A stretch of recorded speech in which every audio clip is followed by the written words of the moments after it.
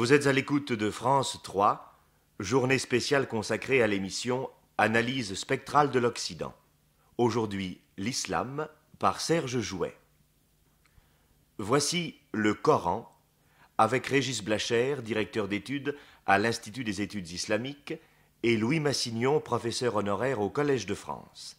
Texte tiré du Coran, lu par Paul-Émile Débert, sociétaire de la Comédie Française. Monsieur Blacher, vous nous avez donné en 1950 une traduction du Coran, celle que la science philologique attendait aujourd'hui.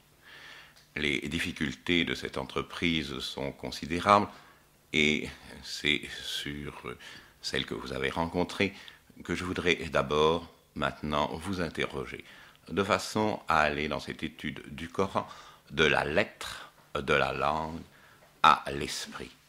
Aussi, la première question que je vous poserai est celle-ci. Qu'est-ce que la langue arabe, cette langue qui a été parlée, et le Coran a été révélé et parlé, avant d'être écrite? Et enfin, dans la composition écrite du Coran, quels sont les différents moments que l'on peut distinguer dans son histoire? Comme chacun sait, la langue arabe appartient à la famille des langues sémitiques et, chose curieuse, dans l'ensemble de cette famille, c'est celle qui nous est connue, la dernière. Ajoutons tout de suite que le plus beau monument précisément de cette langue se situe à l'aube de la littérature arabe, de la littérature en langue arabe. Cette langue est à la fois très belle, très riche de sonorités, infiniment intéressante pour le grammairien, pour le linguiste, parce qu'elle représente à la fois un état très conservateur et très développé de cet idiome. Et dans une très large mesure, on peut être assuré que c'est grâce précisément à toutes les qualités de cette langue que cet idiome a pu servir de véhicule à ce livre sacré des musulmans qu'est le Coran. Lorsque, avec beaucoup d'audace, je dirais de témérité, il y a une quinzaine d'années, je me suis demandé s'il ne convenait pas de renouveler nos traductions du Coran, je ne me suis pas abusé du tout sur les difficultés qui m'attendaient. Et d'ailleurs, mon maître, M. Massignon, était là pour me crier casse-cou chaque fois qu'il le fallait. Et je ne saurais jamais trop dire combien je lui dois au cours de ce travail. Les difficultés étaient nombreuses, elles provenaient du texte lui-même, mais elles provenaient aussi d'un fait très particulier dont le lecteur européen ne s'en rend pas assez fréquemment compte. Lorsque un occidental se trouve devant une version du Coran, il éprouve un choc. Ce choc provient de l'aspect exceptionnel du texte qui est sous ses yeux. Ce texte, au fond, mérite des explications, comme tous les textes religieux, mais il mérite une introduction, un passage. On n'accède pas directement au Coran. Il faut se préparer à comprendre le Coran. Et c'est dans cette intention que je me suis avant tout proposé d'essayer de guider le lecteur, de le prendre par la main et de lui faire suivre pas à pas les étapes nécessaires pour aboutir à un respect de ce livre religieux, un respect digne vraiment de tout ce que l'on peut attendre d'un homme qui se penche sur un livre qui a formé la pensée de millions d'hommes avant nous. Je pense qu'il fallait avant tout faire sentir que ce livre révélé tel que nous le possédons ne correspond pas absolument au développement de la prédication de Mahomet. On l'a répété, et ce n'est pas une simple formule, la Vulgate coranique telle qu'elle existe aujourd'hui nous présente en gros la révélation de Mahomet à l'envers. Nous lisons, si l'on peut dire, le Coran à l'envers. Et en gros, je crois que ceci n'est qu'un moyen, entre beaucoup d'autres, de mieux faire sentir tout ce qu'il y a de vivant, je dirais d'éternel, dans ce texte arabe. L'école allemande, et après elle d'autres orientalistes, ont pensé qu'il pouvait être aisé de regrouper les sourates en 4 grandes périodes. Une première pourrait être qualifiée de période eschatologique, période durant laquelle Mahomet, avant tout, annonce la fin du monde, annonce le jugement dernier, annonce la punition de tous ceux qui n'auront pas voulu recevoir son message. Ces textes sont généralement assez courts, rimés avec une richesse qui donne au texte un relief exceptionnel, même pour celui qui ne connaît pas la langue.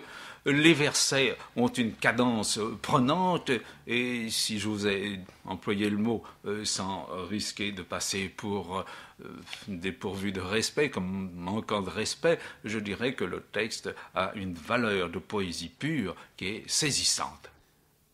أعوذ بالله من الشيطان الرجيم بسم الله الرحمن الرحيم إذا زلزلت الأرض زلزالها وأخرجت الأرض أثقالها وقال الإنسان ما لها يومئذ تحدث أخبارها بأن ربك أوحى لها يومئذ يصدر الناس أشتاتا ليروا أعمالهم فمن يعمل مثقال ذرة خيرا يره ومن يعمل مثقال ذرة شرا يره صدق الله العظيم.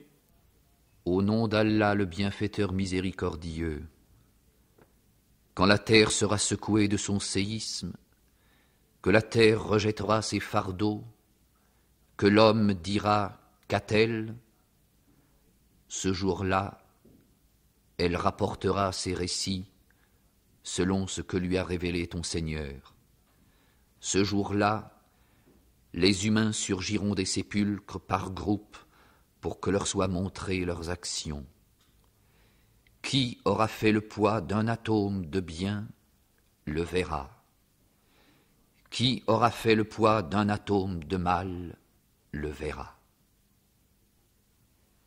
Vous venez d'entendre un des textes qui, à mon sens, représente le mieux la sonorité et la beauté verbale de ces sourates de la première période. Il y a là, vous l'avez senti, quelque chose d'haletant, d'hallucinant, qui, je crois, a dû faire un très grand effet sur les auditeurs.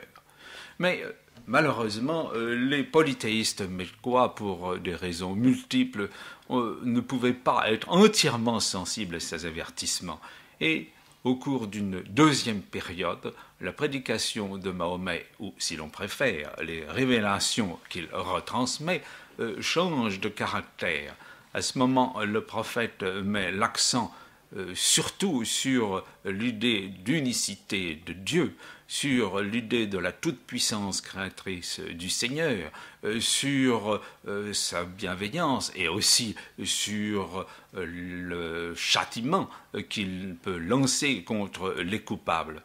Le style à ce moment-là varie quelque peu. Le verset est moins court, moins prenant contre soi, mais peut-être plus chargé de menaces directes et aussi de promesses, en sorte qu'il y a là le début d'une édification qui marque une étape importante dans le développement même de la carrière de Mahomet, et je pense qu'il est tout à fait essentiel de donner ici un des spécimens de ce qu'est devenue la prédication à ce moment. Voici la sourate, la liminaire, qui, vous le savez, est le credo même du musulman. C'est une des sourates les plus utilisées. On la récite, par exemple, au moment de la prière ou en d'autres circonstances de notre vie d'homme.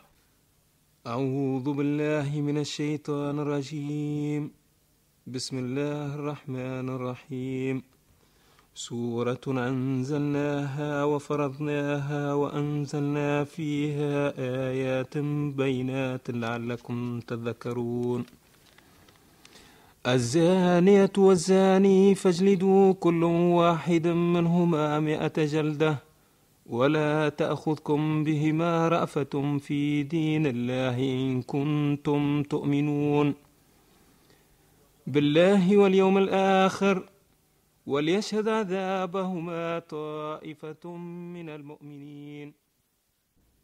Au nom d'Allah, le bienfaiteur miséricordieux. Louange à Allah, Seigneur des mondes, bienfaiteur miséricordieux, souverain du jour du jugement. C'est toi que nous adorons, toi dont nous demandons l'aide.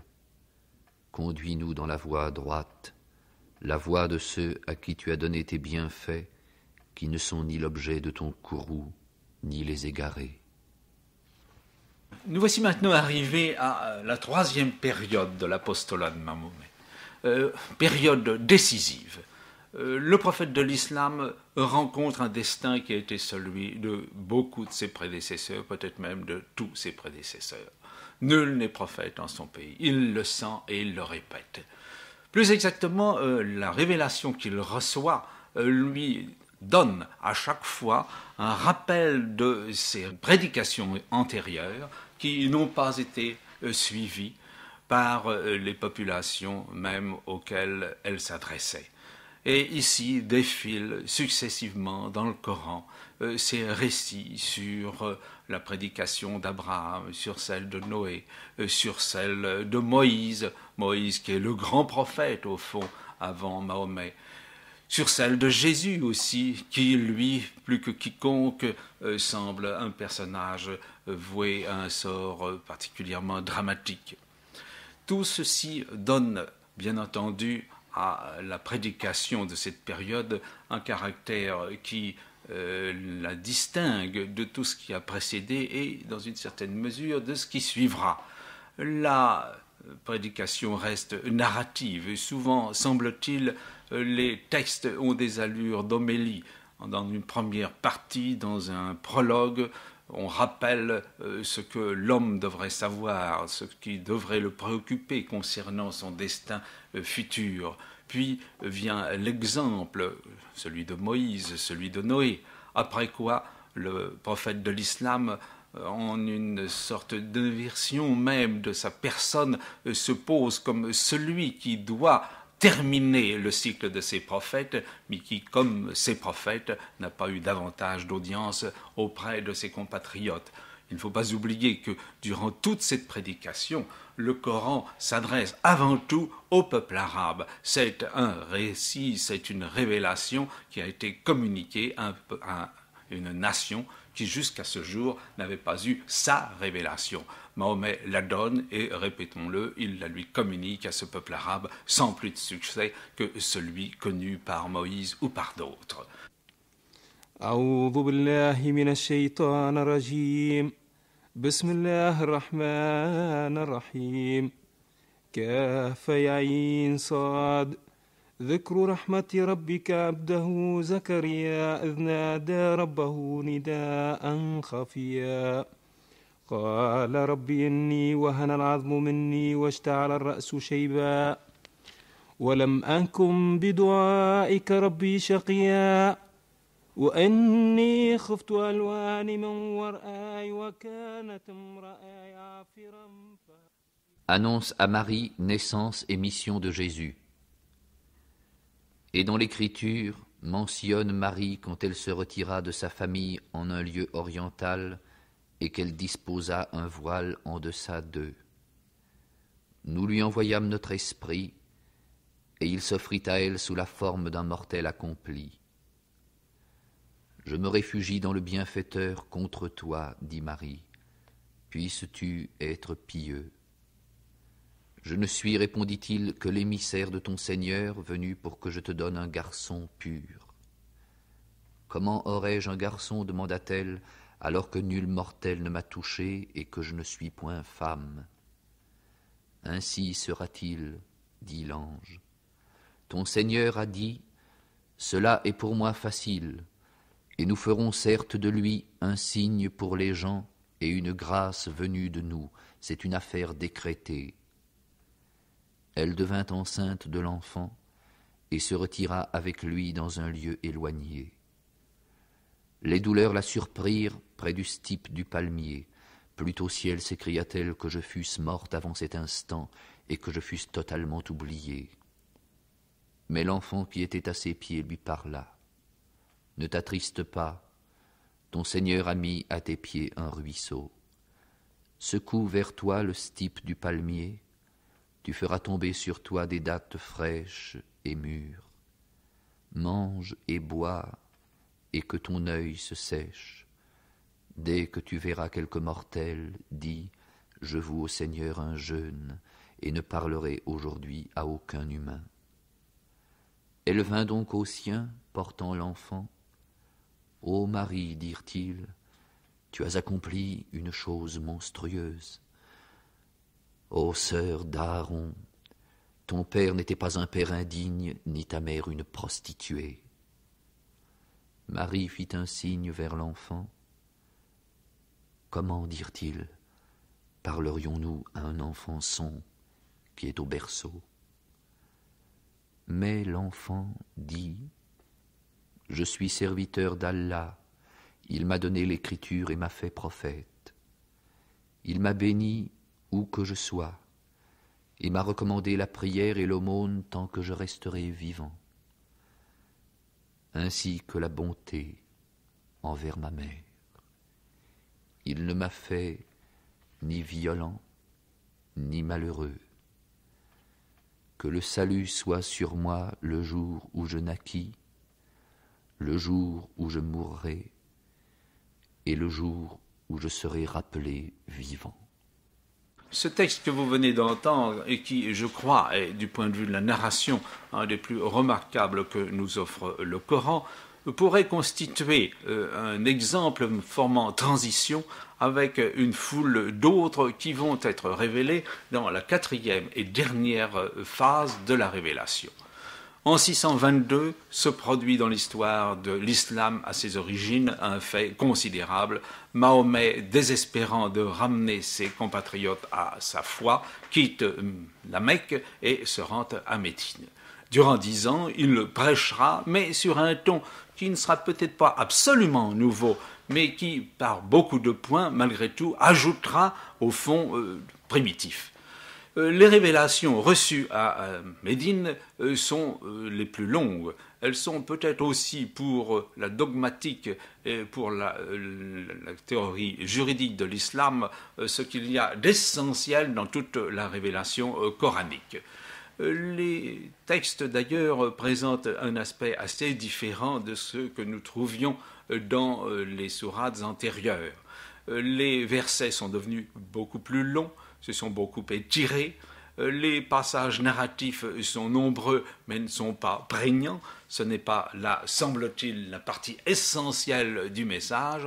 Maintenant, le fondateur de l'islam est devenu un chef de communauté, il a des responsabilités considérables, il doit résoudre des problèmes relatifs à la fois à la loi, à la constitution juridique de la société et également relatifs aux rites, aux dogmes.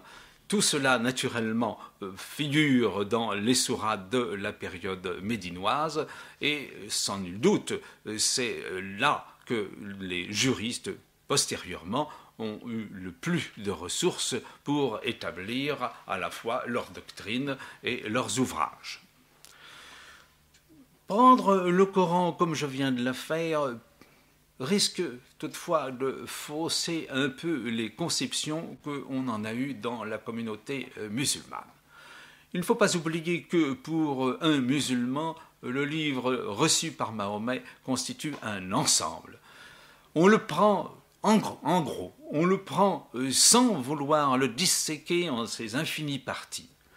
Sans doute, selon qu'on en est juriste ou théologien ou grammairien, aura-t-on le devoir de prendre dans cet ensemble ce qui est nécessaire pour élaborer la doctrine juridique, la doctrine théologique ou les principes de la grammaire.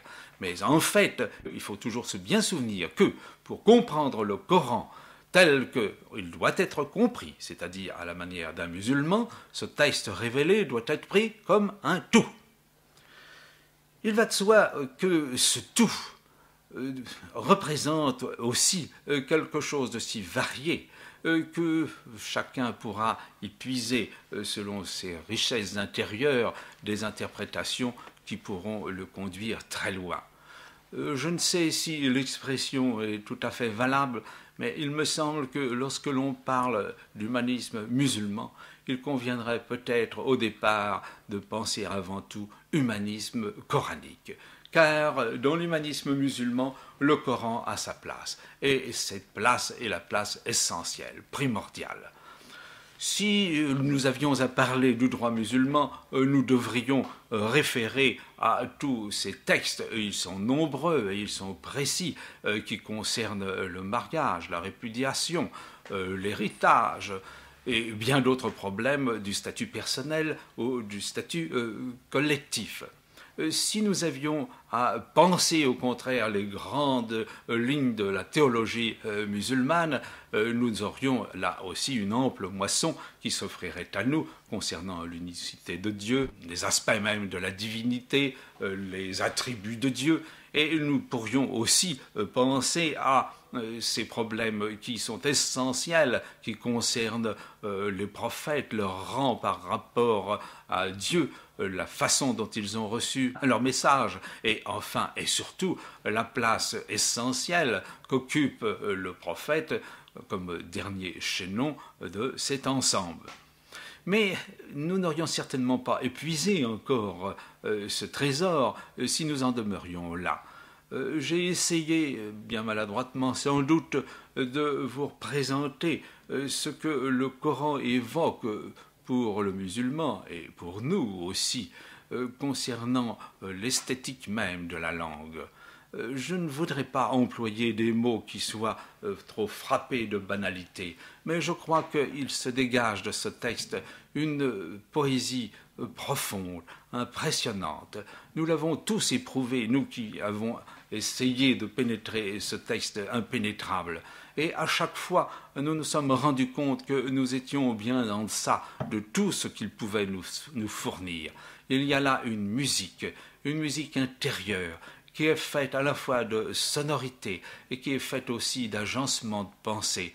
Ce sont tous ces faits, enchaînés les uns aux autres, multipliés au cours du livre, qui donnent à celui-ci un aspect si prestigieux au regard des musulmans et, disons-le humblement, au regard aussi de l'arabisant qui cherche à pénétrer ces mystères.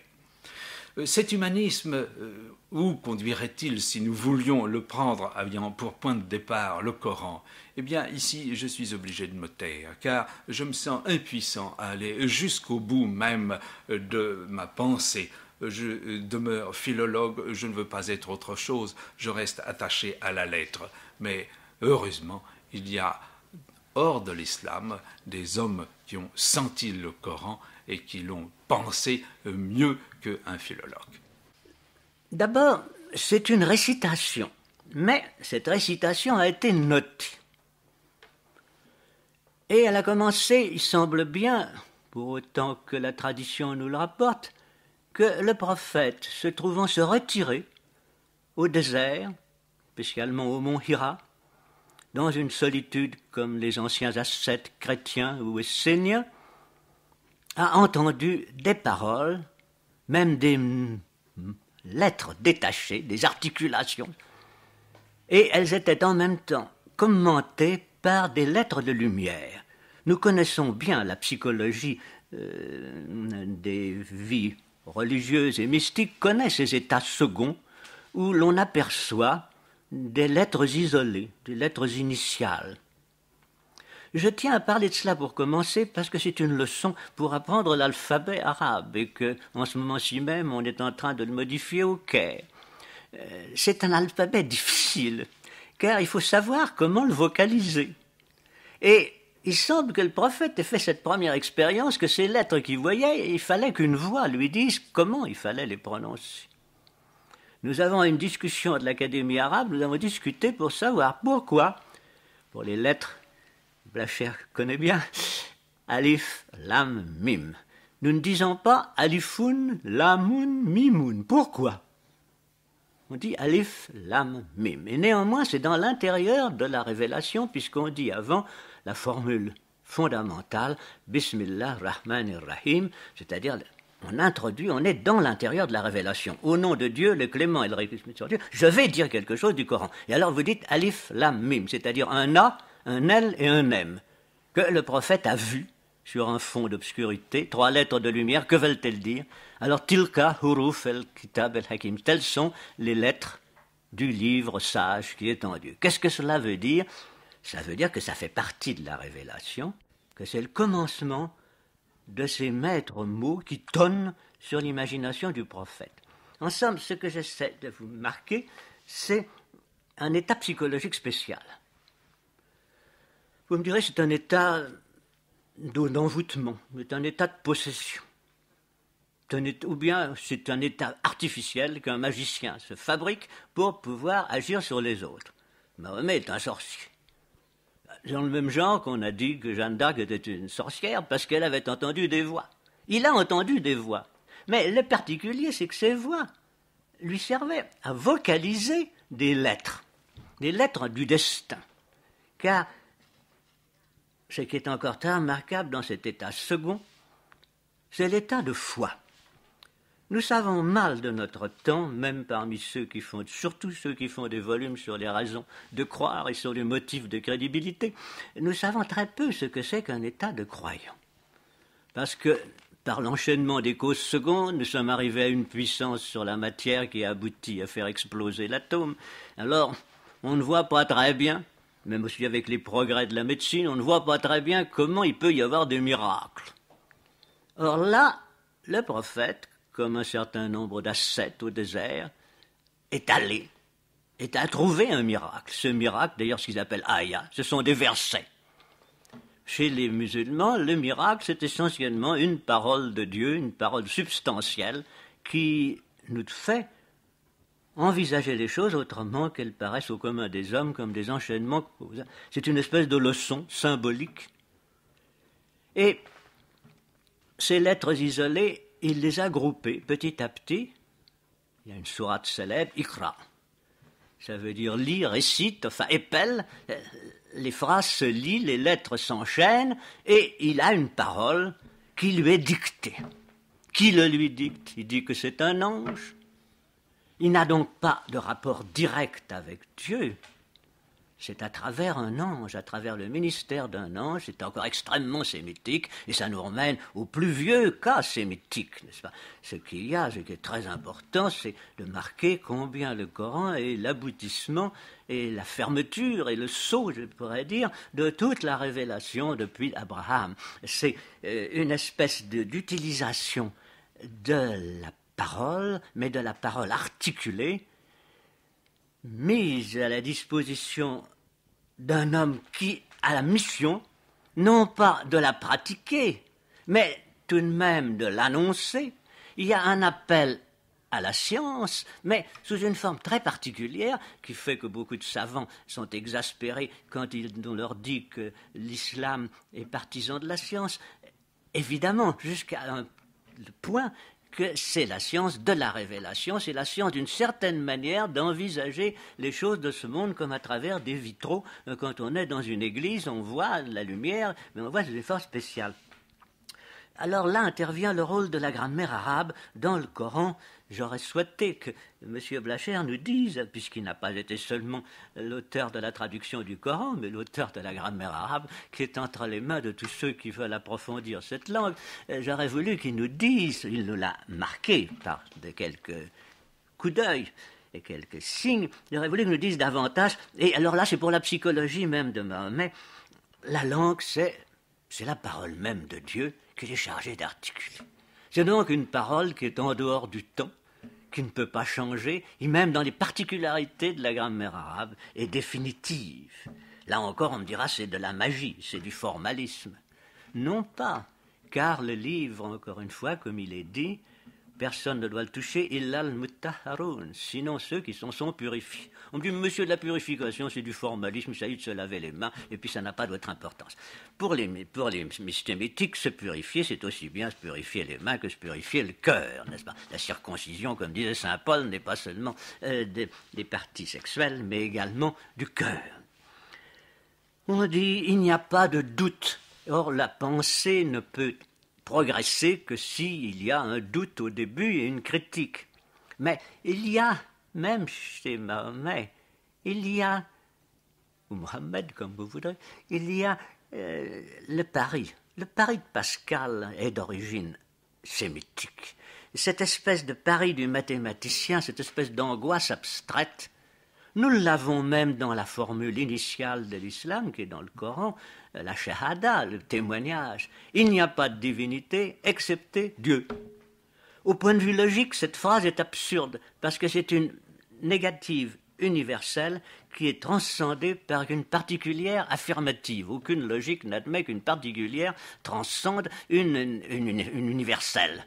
Mais dans le premier cas, c'est une idée théorique. Dans le second, c'est une expérience. Il n'y a pas de divinité. On n'a jamais rencontré Dieu.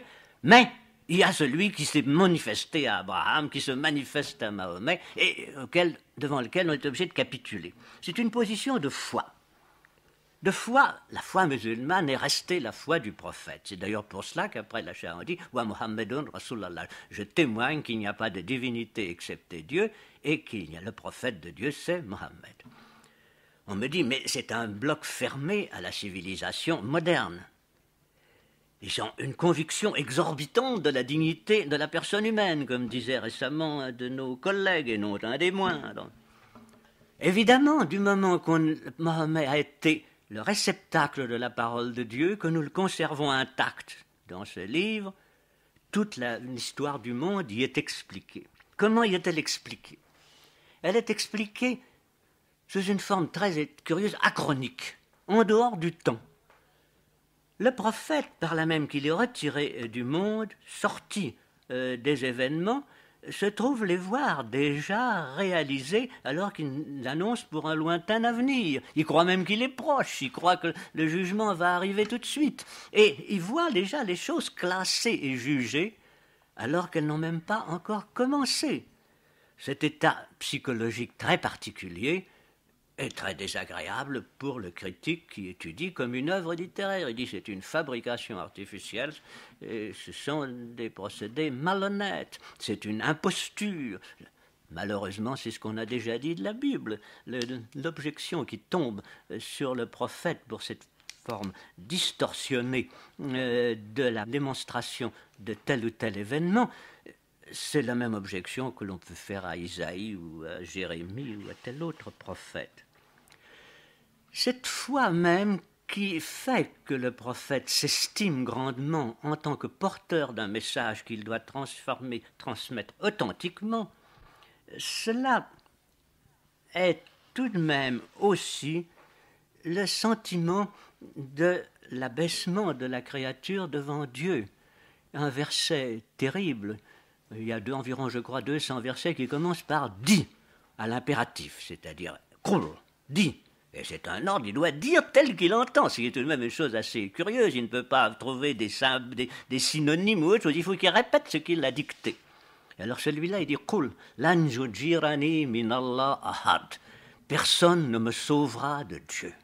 C'est une chose terrible. On lui fait dire cela. Il y a donc un événement, une prise de Dieu unique sur l'imagination, sur la pensée d'un homme dans la solitude extrêmement forte. Cette chose, il l'a passée avec des textes qui, comme l'a parfaitement souligné Blacher, se trouvent dans les dernières périodes de sa vie, et des textes beaucoup plus didactiques qu'apocalyptiques. Il a passé sa conviction à une partie immense de l'humanité. Évidemment, cette conviction s'appuyait sur tous les prophètes. Il prend la succession de tous les prophètes, et même de Jésus, dans une proportion très forte. Il est certain que pour la Vierge Marie, vous avez entendu cette sourate tout à l'heure, vous savez également qu'il y a un verset qui en somme reconnaît le fait, sinon le dogme de l'Immaculée Conception, en reproduisant le vœu byzantin de sainte Anne. Il y a également, je l'ai marqué, dans la sourate des 7 dormants, il y a la reproduction d'une légende du martyrologe chrétien, prise alors et exaltée dans le sentiment d'une continuité et d'un développement. Cette position même de la foi mohammedienne, qui actuellement dans le monde et peut-être la réserve la plus grande de foi, faut-il la considérer, puisqu'elle est liée au Coran, comme un mal, et donc le Coran comme devant être exterminé? Je crois que l'humanisme auquel notamment M. Blacher m'a rattaché, et qui, en ce sens-là, je suis en effet un humaniste, ne pourrait pas accepter cette condamnation. Car il y a dans cette foi musulmane, il y a tellement d'éléments communs avec la foi chrétienne et avec la foi juive que je ne serais pas un chrétien et que je ne serais pas un ami d'Israël si je ne respectais pas très profondément tout ce qu'il y a de ces deux foi dans le Coran. Avec cette remarque d'une authenticité dure, désagréable, mais très forte, et qui est issue d'une personnalité étonnante, comme notre vieux maître à tous les deux, Godefroy de Monbine, le disait. Il y a tout de même chez Mahomet cette tendance à l'universalité. C'est le premier qui a essayé de réconcilier dans la tradition abrahamique les juifs et les chrétiens. Il y a assez mal réussi, on peut le dire, mais sa volonté était sincère, et en cela, je crois qu'il faut vraiment voir, comme l'a dit Carlyle, un héros. A-t-il fait le Coran? Je suis de ceux qui considèrent qu'il l'a reçu. Il l'a reçu avec une très grande humilité, dans un dédoublement de conscience extraordinaire, mais dans une foi totale. Cette foi musulmane est-elle récupérable, si je puis dire, pour l'humanité de l'avenir et pour l'unité mondiale que l'on veut faire? Évidemment, les soviets diront que non. Je ne voudrais pas tout de même que les Atlantiques se trouvent considérer cette zone neutre qui est actuellement l'islam entre les deux blocs comme une zone dangereuse à cause de ce caractère exorbitant de revendication de foi. J'avoue que j'ai une secrète tendresse, et c'est pour cela probablement que vous m'avez invité à parler ce soir de l'islam, à l'idée musulmane que le monde, que Dieu est occasionaliste, si je puis dire, c'est-à-dire qu'il n'a pas laissé le monde comme un démiurge à la direction des causes secondes, mais qu'il suspend ces causes secondes quand il lui plaît, et qu'il saisit directement un homme, même le moins qualifié, et je peux dire que c'est mon cas ce soir, pour parler et pour témoigner. C'était le Coran, avec Régis Blacher, directeur d'études à l'Institut des études islamiques, et Louis Massignon, professeur honoraire au Collège de France. Texte tiré du Coran, lu par Paul-Émile Débert, sociétaire de la Comédie Française.